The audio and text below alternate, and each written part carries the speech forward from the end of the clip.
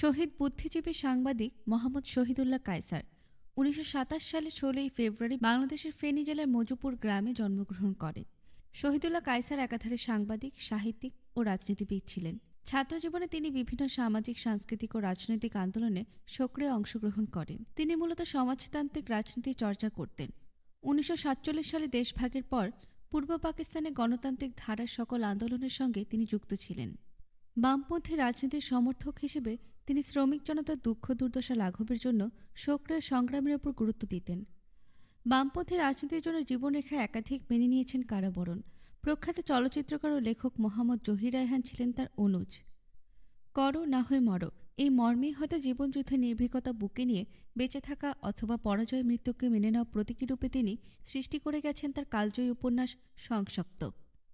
১৯৬৪ সালে রচিত এই উপন্যাসটি তার প্রকাশরূপ লাভ করে ১৯৬৫ সালে। ক্ষুরধার কলমের কালিতে শোষকের উদ্ধত ফণাকে আঁচড় দিতে গিয়ে নিজের শেষ অন্তিমতাকেও গ্রহণ করেছেন তিনি।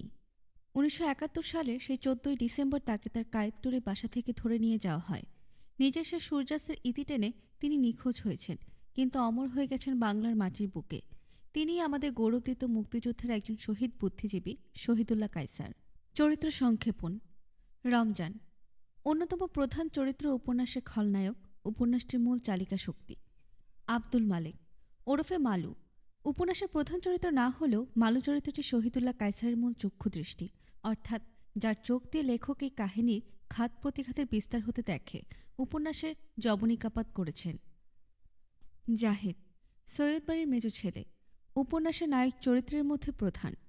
আধুনিকতার ছাঁচে করা জায়েদ বামপন্থী রাজনীতির একজন নেতা। সেকান্দার মাস্টার গ্রামের একমাত্র বিএ পাশ করা ব্যক্তি, উপন্যাসের একটি বলিষ্ঠতম চরিত্র। রমজানের চাচাতো ভাই হলেও রমজানের চেয়ে ভিন্নমুখী চরিত্রের অধিকারী সেকান্দার। রাবেয়া কেন্দ্রীয় নারী চরিত্র। উপন্যাসের প্রথমে সে সমাজ সংস্কারের বন্দিনী নারী হলেও উপন্যাসের মাঝামাঝি সময় থেকে আমরা তাকে জ্বলে উঠতে দেখি। হুরমতি নির্মম সমাজের এক লালসার শিকার, তবুও এক তেজদীপ্ত বলিষ্ঠ নারী চরিত্র। ফেলুমিয়া গ্রামের অবস্থাসম্পন্ন অথচ ক্ষয়িষ্ণু সামন্ত জমিদারির ঐতিহ্যবাহী মিয়াবাড়ির কর্ণধার, গ্রামের পঞ্চায়েতের অন্যতম প্রধান। লেখক এই চরিত্রটাকে ঘিরে রহস্যময়তা সৃষ্টি করেছেন। রামদয়াল বিত্তবান, শোষক ও লোভী চরিত্র। লেকু গায়ের কৃষক প্রজা, সব প্রজাদের থেকে দৃঢ়চিত্তের অধিকারী। আরিফা সৈয়দ বাড়ির বড় মেয়ে, রাবুর জ্যাঠাতো বোন। উপন্যাসের অন্যান্য চরিত্র: রিহানা, আহসান, আম্বরী, অশোক, ভুনি, রাসু, দরবেশ, বৃদ্ধপীর, মোজাদ্দেদি, মুনশিজি, সাহেব, করিম মিয়া, ইয়াসিন এবং অন্যান্য।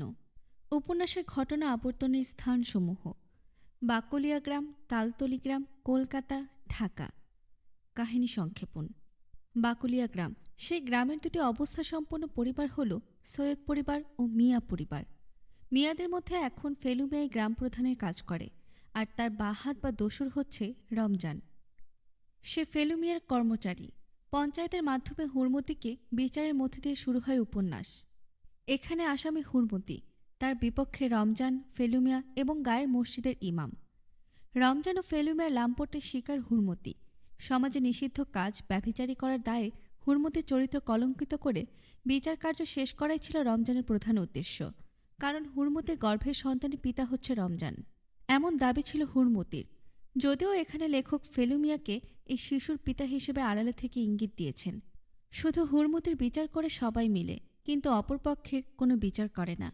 ফেলুমিয়ার নির্দেশে একটি তামার পয়সা কাঠকয়লার আগুনে পুড়িয়ে তুলে এনে হুরমতির কপালে বসিয়ে দেয় ফেলুমিয়ার চাকর কালু। সেই সময় হুরমতির থুতনিটা চেপে ধরেছিল রমজান। অন্যরকম এক পিশাচের শান্তি জেগেছিল রমজানের মনে হুরমতির অবস্থা দেখে। সৈয়দ বাড়িতে চাচাতো জ্যাঠাতো দুই বোন আরিফা ও রাবেয়া, আর তাদের বাড়ির আশ্রিত থাকে আব্দুল মালিক নামের এক কিশোর ও তার মা। এদিকে মিয়া বাড়ি হল সৈয়দদের বড় বউ আরিফার মায়ের বাবার বাড়ি।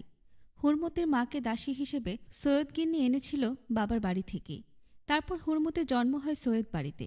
সেই থেকেই সৈয়দ বাড়ির সঙ্গে হুরমতির একটা আত্মার সম্পর্ক তৈরি হয়। গ্রাম পঞ্চায়েতে লেকু হুরমতির হয়ে কথা বলায় রমজান লেকুর বউ আম্বরীর সাথে অনৈতিকতা সৃষ্টি করার কথা ভাবে। অবশেষে লেকুর পোষ্য ছাগল চুরি করে এনে জবাই করে নিজে তা ভোগ করে। উপন্যাসের এ পর্যায়ে আমরা দেখতে পাই লেকু নিজের স্ত্রী আম্বরীকে হুরমতির সেবা করার জন্য নিয়োগ করে। সে কারণে অকারণে স্ত্রীর গায়ে হাত তুলত। আবার কখনো কখনো স্ত্রীর দেওয়া সেবা, সংসারের প্রতি স্ত্রীর করা কাজগুলোকে মনে করে তার মনে স্ত্রীর প্রতি মায়া হতো। রেঙ্গুনে যখন রমজান রেঙ্গুন ডাকের কুলির সর্দার ছিল, লেকুর সাথে রমজানের ঝামেলা বাঁধে টাকা নিয়ে। ফেলুমিয়ার বাকি 3 ভাইকে শহরে পড়ানোর জন্য ফেলুমিয়ার বাবা তালতলির দত্তবাড়ির জোদ্দার রামদয়ালের কাছে তাদের জায়গা সম্পদ বিক্রি করে দিয়েছিল। রমজানের পরামর্শে এখন ফেলুমিয়া তাদের তালুক ফিরে পেতে চায়। তার জন্য জোর চাপায় দুস্থ কৃষক প্রজাদের ওপর। এতে অনেক প্রজা বসতভিটা ছাড়া হয়, অনেকে গ্রাম থেকে চলে যায়। গ্রামের নিরীহ দুস্থ প্রজা কোশির চলে যাওয়ার পর লেকু যখন তার বাড়ির টিনের চালগুলো নিজের বাড়িতে লাগানোর জন্য খুলে আনতে যায়, তখন রমজান সেখানে গিয়ে লেকুর উপর হামলা করে এবং লেকুকে মেরে পঙ্গু করে দেয়। তখন সেকান্দার লেকুকে সমর্থন করলে সে হয়ে যায় লেকুর পক্ষ আর ফেলুমিয়ার বিপক্ষ। রমজানের পরামর্শে ফেলুমিয়া মামলা করে লেকু আর সেকান্দারের উপর। পরবর্তীতে সেকান্দারের মায়ের অনুরোধে মামলা তুলে নেয়। সৈয়দ বাড়ির মেজ ছেলে অর্থাৎ সৈয়দ বাড়ির বড় ছেলের পুত্র জাহেদ তখন বাকুলিয়ায় ফেরে। বামপন্থী রাজনীতির আদর্শে লালিত জাহেদ তখন সেকান্দারকেও রাজনীতি মনে করতে তার প্রক্রিয়া চালাতে থাকে। এদিকে আপন স্ত্রী ঘাতক সৈয়দ বাড়ির ছোট পুত্র নিজের একমাত্র ছোট শিশু কন্যাকে ফেলে দিয়ে নিরুদ্দেশ হয়ে দরবেশ হয়ে যায়। শেষে বাড়িতে ফিরে তার 14 বছরের কিশোরী মেয়ে রাবেয়াকে তার বৃদ্ধ পীর মোজাদ্দিদি সাহেবের সঙ্গে বিয়ে দিয়ে দেয়।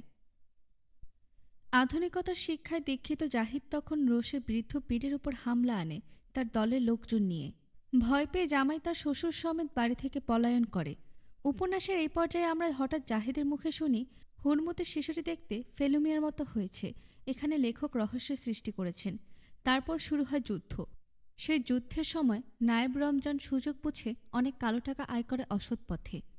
তারপর রমজান হয়ে ওঠে সেই গায়ের মানুষদের ফেলুমিয়া। আর গ্রামের সেই ফেলুমিয়া অবশেষে তার শ্বশুরবাড়িতে আশ্রয় গ্রহণ করে, সব জায়গা বিক্রি করে দিয়ে।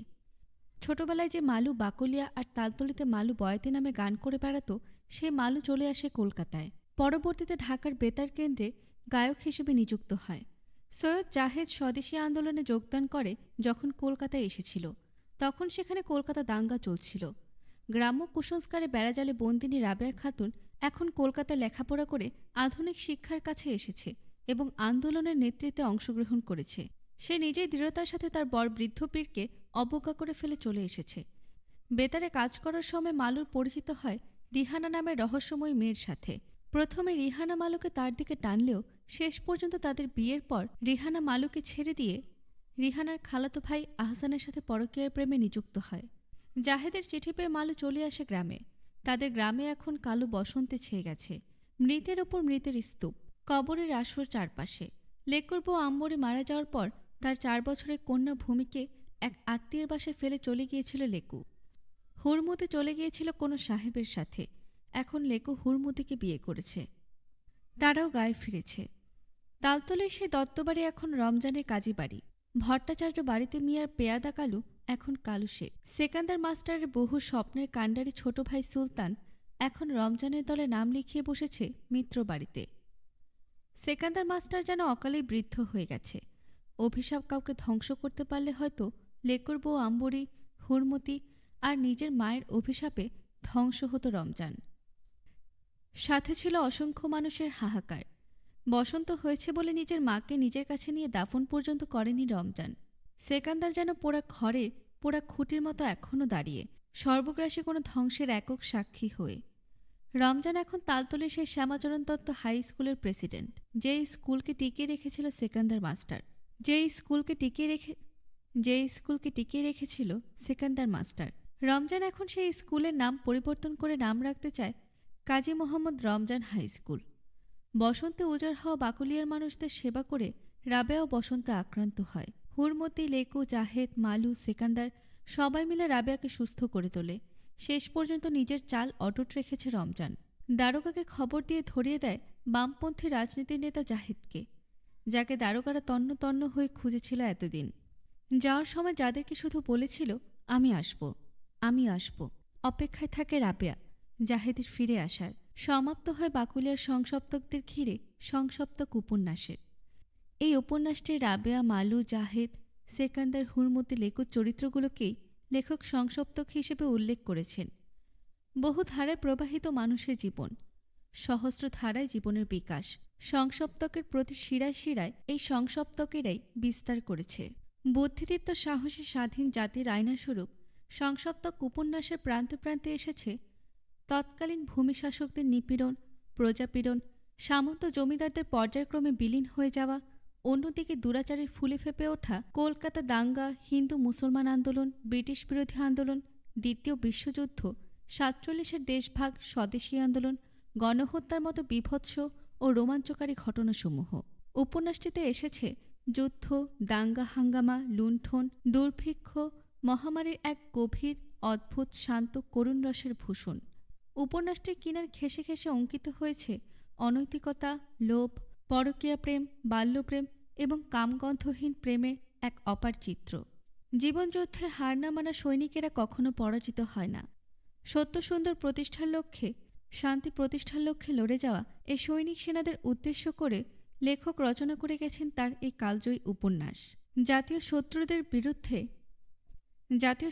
বিরুদ্ধে তা পরবর্তী বংশধরদের মধ্যে আদর্শ উৎকৃষ্ট উদাহরণ হয়ে থাকবে বলে লেখক আশা ব্যক্ত করেছেন। সংসপ্তক উপন্যাসের কাহিনী, চরিত্র, সমাজ বাস্তবতা পূর্ববঙ্গকে কেন্দ্র করে হলেও মানবিক মূল্যবোধের রাজ্যে অবস্থান করে এই উপন্যাসটি, তাই এ যুগের দর্পণ।